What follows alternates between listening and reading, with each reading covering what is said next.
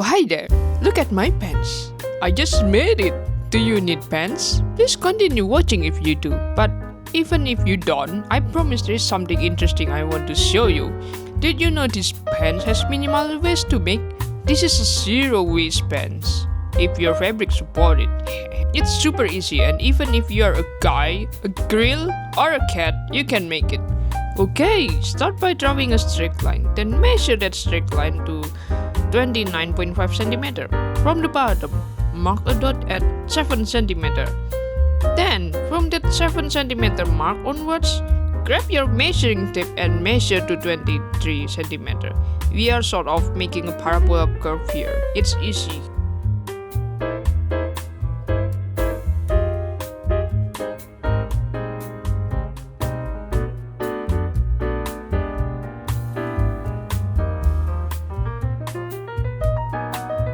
Here's my pattern. I hope I gave you enough time to copy. If not, just pause the video. I love technology.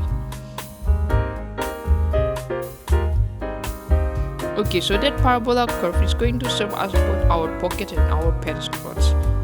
Now, this edge is the pocket, and this is the opening where your leg goes on seam cut. And there's no way we can make pants consisting only a crotch and a pocket though. So now the main part. The length will be 120 cm. The width, this is where the parabola curve patterns come in. Take 3 cm from the top or bottom of the width, then place your parabola curve. I generally cannot explain this part with words, just watch my hands. I hope my object drawing helps.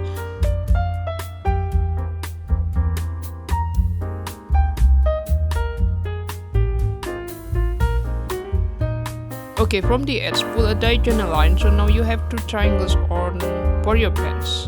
And don't forget to cut your parabola curve. Now, before you start buying or selecting your fabric, this pattern only works if your fabric looks the same from the front and the back. I suggest using stripes.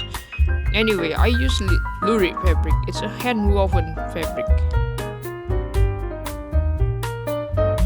Oh, also, before I did any of this, I procrastinated and cleaned my entire room. I'm nervous. Oh yes, the fabric width is 98 cm. Maybe you did find this information useful for buying fabric.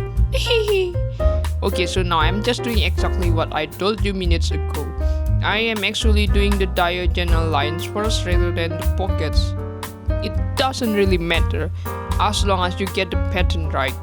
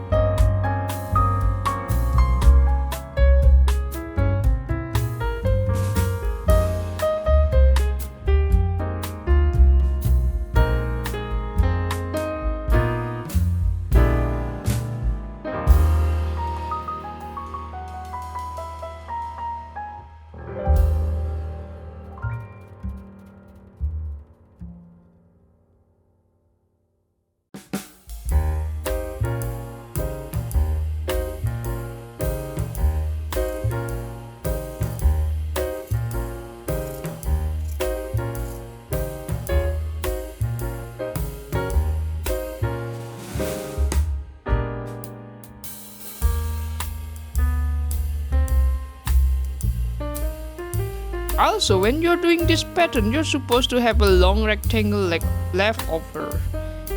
If your fabric support it. Don't touch that, it's for the waistband. So this is how it will look like. I recently got obsessed with mahjong. I love the table flipping part. If you're watching this video but you don't feel the need to make any pants, this is the interesting thing I mentioned at the beginning with your laptop. And now we are going to overlock our edges. And to prevent myself from flipping a mahjong table, I am doing the easiest task first, ironing the pockets. So I hit the overlock edge underneath until it looks like a proper pocket. Then comes another easy part, sewing the pants. For your reference, your pants is going to look like this. That's if you're using a strip fabric. If you're using non-strip fabric, I don't know how it would look. Sorry. So like in this moment, just sew part A with part B together. I really don't know how to explain this, but trust me, just sew them.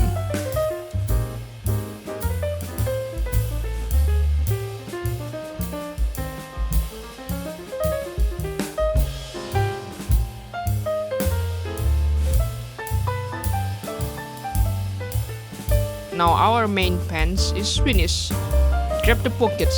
We are going to attach the pockets to the pants and tada! Because I was deeply unsatisfied with how the pockets sat on the pants, I unpicked and redid them. And that's my face while unpicking.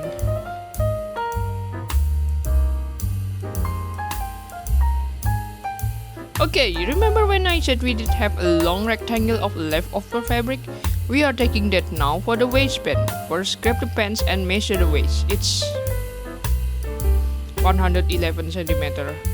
I made this pant for my mom, and her size is maybe XL, maybe bigger, and it fits her perfectly. Usually my size is large or medium, but if your measurement exceeds 111 centimeter, you might need a large pattern. Well, I just haven't tested yet. Okay, now we are attaching the waistband to the pants. I love doing this part like this.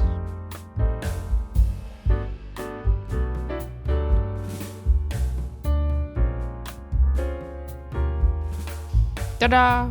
I love it when my strips match perfectly.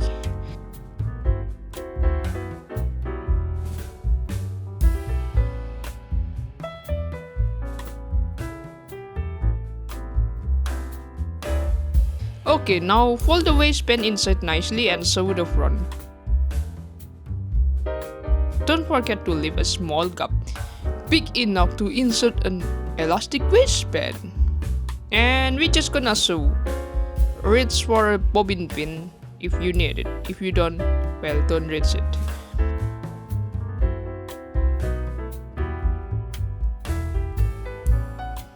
And grab your elastic waistband. Measure it to your waist as comfortable as you like. Cut it. Then take a safety pin and pin it to your elastic. Now insert the elastic into the gap I mentioned. Did you make an in-out gap? Insert the elastic all the way around until both ends meet. Beware of twisting. Once the ends meet, sew them together.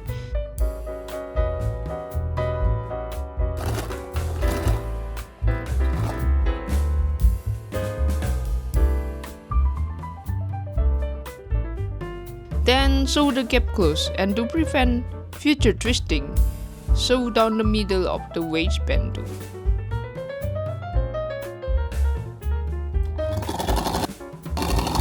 And your pant is finished.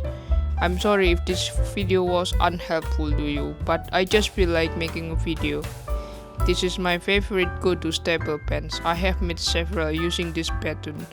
This pant is perfect for sleeping, squatting, or just doing normal human things in general.